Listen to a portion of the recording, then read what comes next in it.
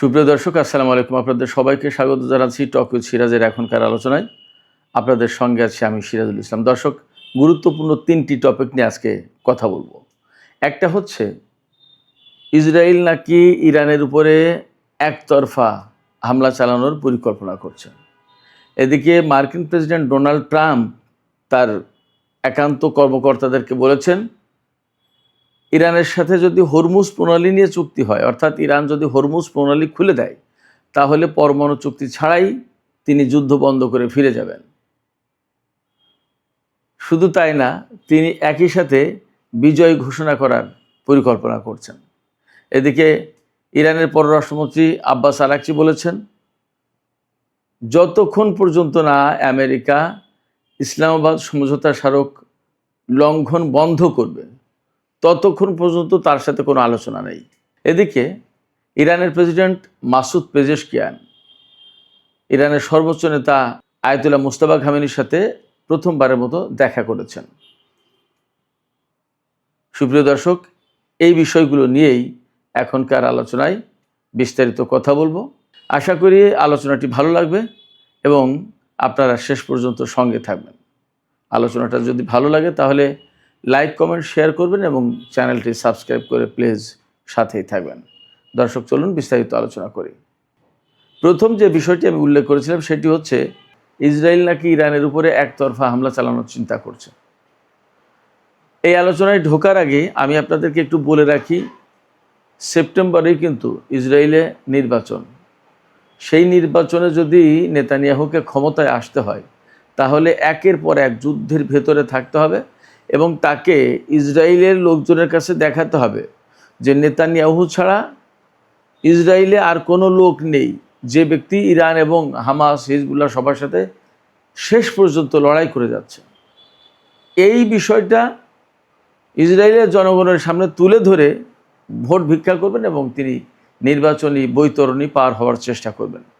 তা দিয়ে তিনি আসলে পার হতে পারবেন কি পারবেন না সেটা পরের কথা, বাট তার ফিলসফিটা, তার মেন্টালিটিটা এইরকম। এবার আমরা মূল কথায় যাই। আমি এই কথা কেন বললাম এই কারণে যে যেখানে আমেরিকা ইরানের সাথে যুদ্ধে পারেনি, মোটামুটিভাবে পরিষ্কার তো, সেখানে নেতানিয়াহু বলছে যে তারা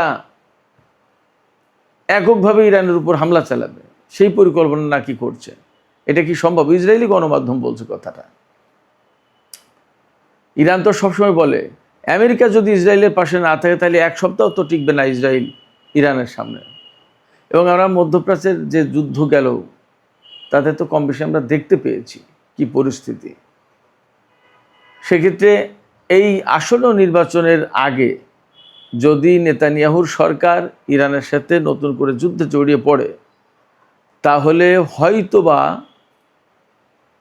বড় রকমের একটা প্রভাব পড়বে ইসরায়েলের নির্বাচনে তো বটেই, এবং নেতানিয়াহুর ক্ষমতার ভাগ্যে যে কী আছে তা বলা যায় না।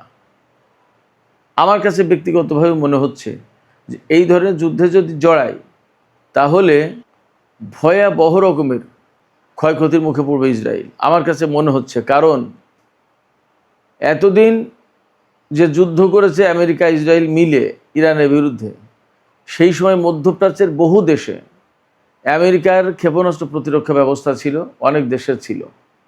তারা এগুলোকে, ইরানের ক্ষেপণাস্ত্র, ড্রোন, এগুলোকে ধ্বংস করার চেষ্টা করেছে, ইন্টারসেপ্ট করার চেষ্টা করেছে। এখন কি ক্রাইসিস সেটা তো আমরা কম বেশি সবাই জানতেই পারছি। সেই জায়গায় নেতানিয়াহু যদি ইরানের সাথে যুদ্ধে জড়িয়ে পড়ে, তাহলে পরিণতি সম্ভবত অনেক বেশি ভয়াবহ হতে পারে। আমার কাছে মনে হয় যে ইরান সেটাকে সুযোগ হিসেবেও গ্রহণ করতে পারে। দেখা যাক কি হয়, আদৌ তারা এই ধরনের হামলায় জড়ায় কিনা। এদিকে ইরান বলেছে, ইরানের পররাষ্ট্রমন্ত্রী সাইয়েদ আব্বাস আরাকচি, গতকালকে থেকে তো শুরু হয়েছে ইরানের পক্ষ থেকে বিভিন্ন রকমের শর্ত দেয়া।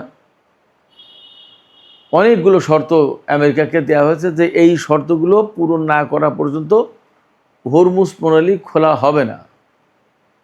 আজকে ইরানের পররাষ্ট্রমন্ত্রী আব্বাস আরাকচি বলেছেন যে যতক্ষণ পর্যন্ত আমেরিকা ইসলামাবাদ সমঝোতা স্মারক মেনে না চলবে, অর্থাৎ ওইগুলো লঙ্ঘন বন্ধ না করবে, ততক্ষণ পর্যন্ত আমেরিকার সাথে কোনো আলোচনা নেই। তার মানে ইরান যে খুব অ্যাডামেন্ট এবং আমেরিকার সাথে আর কোনো আলোচনা এইভাবে বসতে চাইছে না, এটা পরিষ্কার। এবং ইরান যে কথা বলছে সেটা হচ্ছে এই যে ইসলামাবাদ সমঝোতা স্মারক সই হয়েছিল পাকিস্তান, তুরস্ক, কাতার সবার চেষ্টা প্রচেষ্টায় এবং বেশ খানিকটা আলাপ আলোচনা দিন দরবারের পর, এই আলাপ আলোচনা দিন দরবারের পর যখন আমেরিকা সেই সমঝোতায় সই করলো, ইরান সই করলো, তার অল্প কয়েকদিনের ভেতরেই তারা সেই সমঝোতা লঙ্ঘন করলো, ইরানের উপর হামলা চালালো, আবার সেই নৌ অবরোধ আরোপ করলো, নিষেধাজ্ঞা আরোপ করলো, সম্পদ, বিদেশি সম্পদ ছাড় দিল না, কোনো কিছু করলো না, সমঝোতায় যা যা বলা ছিল তার কিছুই করলো না। ফলে এই যুদ্ধবিরতি একদম টোটালি ভেঙে গেল এবং সমঝোতা বাতিল হয়ে গেল। এখন যদি ইরানের সাথে আলোচনা করতে হয় তাহলে ইরান সেই কথাই বলছে, তোমার সাথে আমার আলোচনা ছিল, আলোচনার ফলাফলও ছিল, তুমি ওই ফলাফলটা রিভাইভ করো, ওইটাকে পুনর্বহাল করো, তাহলে হয়ে যায়। অর্থাৎ ইসলামাবাদ সমঝোতা স্মারক পুনর্বহাল করো। ইসলামাবাদ সমঝোতা স্মারক পুনর্বহাল করলে কী হবে? ইরানের বিরুদ্ধে তার যুদ্ধ বন্ধ হয়ে যাবে, ইরানের উপর থেকে নৌ ব্লকেট সরিয়ে নিতে হবে, ইরানের উপর থেকে নিষেধাজ্ঞা প্রত্যাহার করে নিতে হবে, তারপরে ইরানের যে সমস্ত সম্পদ আদি বিদেশে আটক আছে সেগুলো ছেড়ে দিতে হবে, এরপরে ইরানের জন্য $300 বিলিয়ন ফান্ড ক্রিয়েট করতে হবে, আরও কিছু বিষয় তো আছে। ফলে আব্বাস আরাগচি বেশ শক্ত জায়গায় অবস্থান নিয়েছে। আসলে তিনি তো তুখোড় পররাষ্ট্রমন্ত্রী হিসেবে ইতিমধ্যেই চিহ্নিত হয়েছেন। তিনি খুব ডিপ্লোম্যাটিক বড় রকমের একটা চাল দিয়ে দিয়েছে যে ইসলামাবাদ সমঝোতা স্মারকের মধ্যেই তো অনেক সমস্যার সমাধান আছে, ওই স্মারক পুনর্বহাল করো, সমাধান হয়ে যায়। কিন্তু এপাশে আমেরিকা বলছে ভিন্ন কথা। আমেরিকা কি বলছে সেই কথা আমি বলার আগে আমি ইরানের প্রেসিডেন্ট মাসুদ পেজেশকিয়ান এবং সর্বোচ্চ নেতার মধ্যে সাক্ষাতের যে ঘটনা ঘটেছে এই বিষয়টা একটু ছোট্ট করে আলোচনা করি।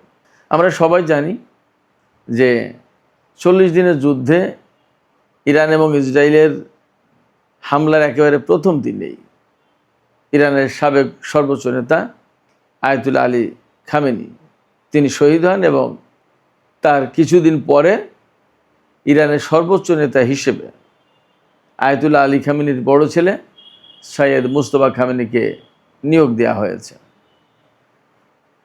নিয়োগ দেওয়ার পরে এই পর্যন্ত তিনি কখনোই জনসমক্ষে আসেননি এবং রাষ্ট্রীয় কোনো সভা সমাবেশ বা কোনো কিছুতে তিনি অংশগ্রহণ করেননি।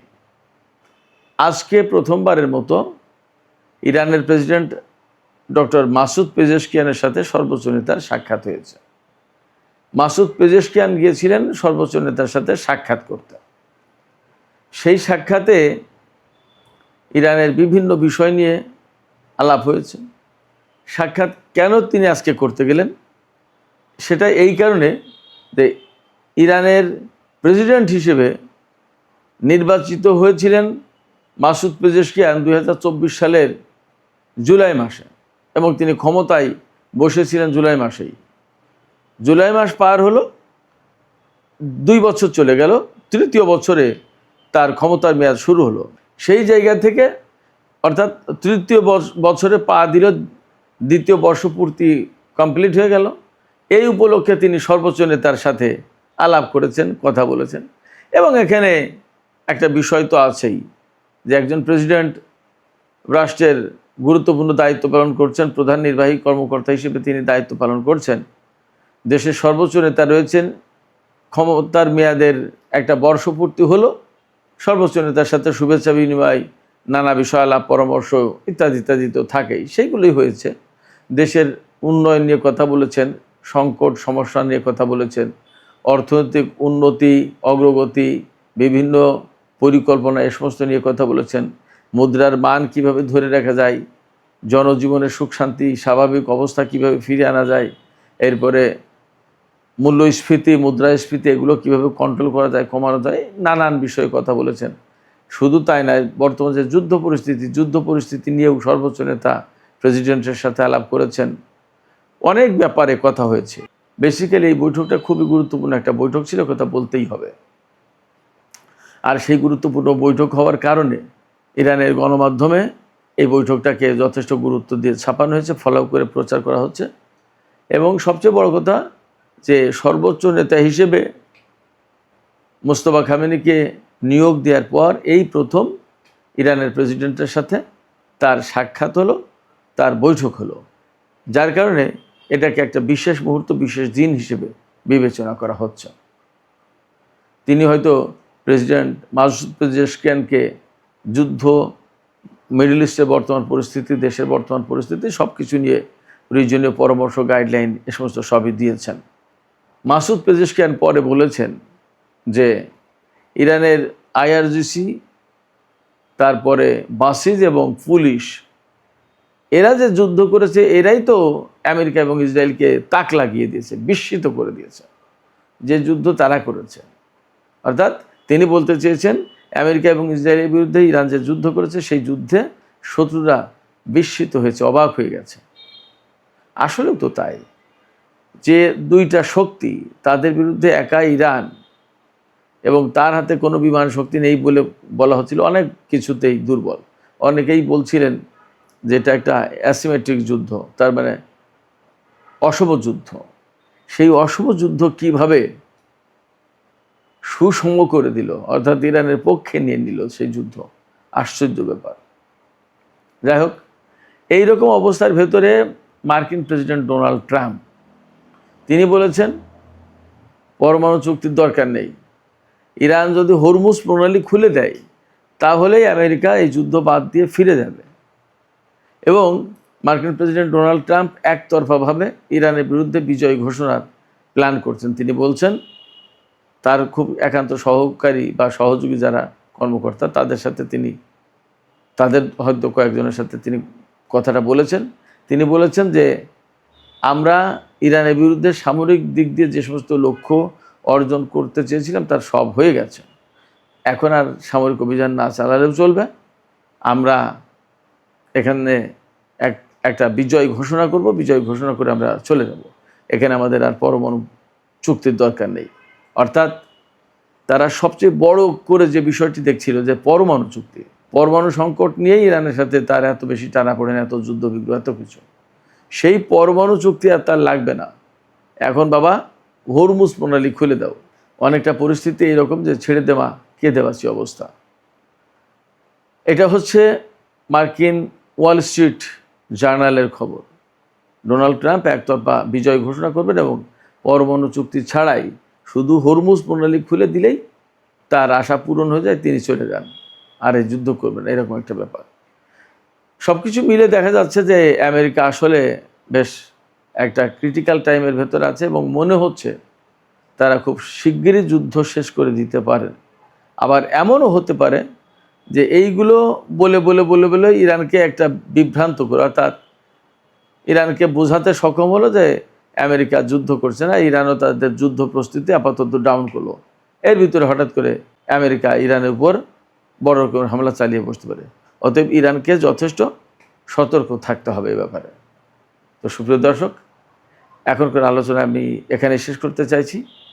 আলোচনা শেষের আগে আপনাদের কাছে প্রশ্ন করি, ডোনাল্ড ট্রাম্প যে বলছেন যে তিনি হরমুজ প্রণালী খুলে দিলেই পরমাণু চুক্তি ছাড়াই চলে যাবেন, এটা কি আসলে তার মনের কথা নাকি কৌশল?